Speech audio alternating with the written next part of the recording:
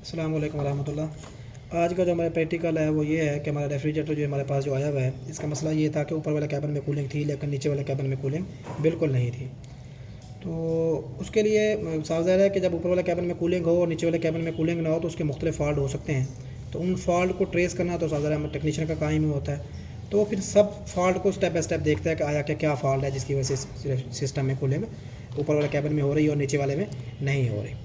तो पहले पहले जो है हमने ये देखा कि आया कि ये भी हो सकता है कि थर्मोस्टेट जो हमारा है वो ऑटोमेटिक जल्दी कर रहा हो, मतलब थोड़ी सी कूलिंग होने पर मतलब वो ख़राब हो चुका हो तो वो जल्दी ऑटोमेटिक कर जाता हो, जिसकी वजह से जो है ऊपर वाले कैबिन में कूलिंग हो रही है लेकिन नीचे वाले में कूलिंग नहीं हो रही।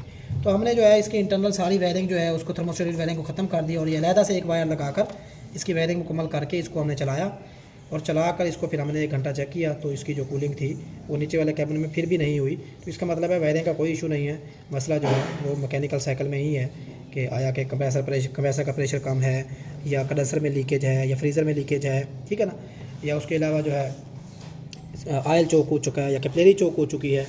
ये सारे फॉल्ट जो है स्टेप बाय स्टेप हम ट्रेस करेंगे, ठीक है ना। तो उसके लिए पहले हम कंप्रेसर को चलाकर इसका प्रेशर या हमने सारे टाँके वगैरह खोल लिए हैं और कंडेंसर की एक साइड पर हमने चार्जिंग लाइन, कंडेंसर का एक इनलेट एक आउटलेट, ये इनलेट है ये आउटलेट है। तो आउटलेट पे हमने बंद कर दिया और इनलेट पे चार्जिंग लाइन लगाकर यहाँ से हम प्रेशर भरेंगे, कंडेंसर के अंदर अलहदा भरेंगे। और फ्रीज़र का ये सेक्शन लाइन है, ये हमारी कैपिलरी ट्यूब है। कैपिलरी ट्यूब को हमने चार्जिंग लाइन लगाकर आगे डेड कैप लगाकर इसको हमने डेड कर दिया ताकि यहाँ से प्रेशर लीक ना हो। और यहाँ से हम प्रेशर भरेंगे, फ्रीज़र में अलहदा प्रेशर भरेंगे, हम कंडेंसर में अलहदा भरेंगे, फिर जो है ना प्रेशर स्टैंड रहने दे देंगे। तो आज हम प्रेशर भर जाएंगे तो इंशाल्लाह कल तक हमें सुबह जो है पता चल जाएगा कि आया कि किस चीज़ का प्रेशर डाउन हुआ।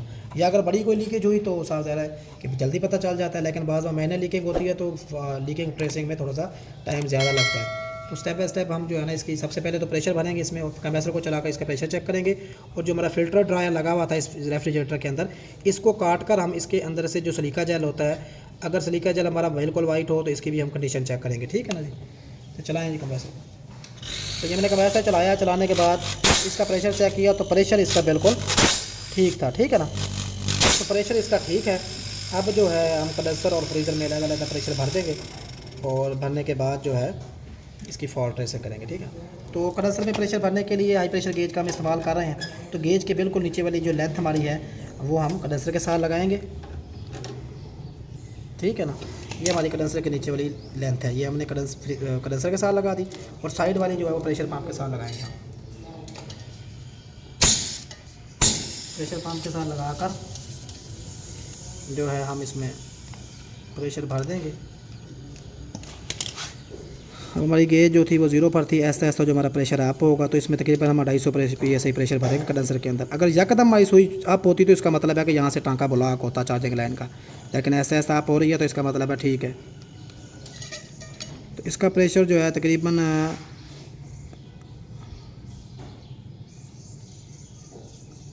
280 से 1 पॉइंट कम है, तकरीबन 278 प्रेशर भरा गया, ठीक है ना। तो 278 PSI प्रेशर हमने इसमें भर दिया है कंडेंसर के अंदर। और फ्रीज़र के अंदर जो प्रेशर हमने भरना है इसको हम अलहदा कर देंगे। अब दूसरी लो प्रेशर गेज की मदद से फ्रीज़र के अंदर हम प्रेशर भरेंगे। कंडेंसर में तो 200, 250, 300 प्रेशर आप भर सकते हैं क्योंकि कंडेंसर लोहे का होता है, उसकी ट्यूबें मजबूत होती हैं। बाकी फ्रीज़र जो हमारा है क्योंकि वो सिल्वर का होता है अंदर से, तो इसमें प्रेशर जो है मैक्सिमम वैसे तो हम 120 भरते हैं, लेकिन अगर किसी रेफ्रिजरेटर की लीकिंग जो है माइनर हो और उसकी लीकिंग ना मिल रही हो तो उसमें फिर प्रेशर जो है ना मैक्सिमम 150 भरते हैं। अब इसका प्रेशर 0 से हमने स्टार्ट किया, ऐसा ऐसा अप हो रहा है। अगर यकदम अप होता है एक ही दफ़ा फ़ौरन अप होकर यहाँ पर सुई आ जाती है, इसका मतलब है यहाँ से टाँका हमारा ब्लॉक होता। ब्लॉक नहीं है, इसलिए ऐसा ऐसा अप हो रहा है, फ्रीज़र में प्रेशर जा रहा है। जब हमारा प्रेशर 120 पर जाएगा तो इसकी बेज को हम बंद कर देंगे, ठीक है ना। तो तकरीबन 120 से 1 पॉइंट कम है, तकरीबन 119 है प्रेशर, ठीक है ना। 118 है, बल्कि 2 PSI का 1 पॉइंट है तो 118 PSI प्रेशर है, 120 से 1 पॉइंट कम है, ठीक है ना जी। तो ये प्रेशर हमने फ्रीज़र में भर दिया, उसमें भर दिया है। एक तो हमने जो है ना इनमें प्रेशर वगैरह भर दिया है, फ्रीज़र में अलहदा और कंडेंसर में अलहदा। जैसा कि हमने ये फ्रीज़र में जो प्रेशर भरा है वो तकरीबन पहले भी मैंने बताया था भी 120, 118 था, तो वो उतना ही है। और कंडेंसर में हमने प्रेशर भरा था वो तकरीबन जो था हमारा वो 275 था, ठीक है ना, 275 78 था तकरीबन, वो उतना ही है, ठीक है ना। तो ये दोनों प्रेशर हमने भरे हुए हैं। और अब जो है ना एक हम फ़िल्टर की कंडीशन को भी चेक कर लेते हैं। फ़िल्टर को काट कर इसके अंदर का जो सिलिका जेल होता है उसकी कंडीशन को हम देख लेते हैं कि अगर सिलिका जेल हमारा बिल्कुल वाइट हो तो इसका मतलब है कि फ़िल्टर बिल्कुल सही है। लेकिन यहाँ पर देखें कि आपका सिलिका जेल हल्का हल्का ब्राउन निकल रहा है। अगर ब्राउन निकले तो फिर इसमें हल्की फुल्की नमी थी जो उसने जज़ब की है, ठीक है ना। एक तो ये होता है। दूसरा ये होता है कि ये जो जालियाँ होती हैं अंदर से ये बिल्कुल क्लियर होनी चाहिए। इसकी जाली बिल्कुल क्लियर है, उसमें कुछ नहीं है, और इधर की जाली भी बिल्कुल क्लियर है, ठीक है ना। तो जालियाँ क्लियर होनी चाहिए। बाज़ दफ़ा इस बारीक वाली जाली के अंदर कार्बन होता है, ठीक है ना, तो ये जाली ब्लॉक हुई हुई होती है। या इस सिलिका जेल के नीचे हम देखेंगे कि इसमें अगर कोई कार्बन हो, ब्लैक कलर का पाउडर हो, तो फिर भी ये फ़िल्टर में कार्बन होगा। और दूसरा जो होता है सिलिका जेल अगर आयल से भरा हुआ हो तो फिर सिस्टम के अंदर आयल चौक होता है, ठीक है ना। लेकिन इनमें से कोई मसला नहीं है, बस हल्की फुल्की नमी थी।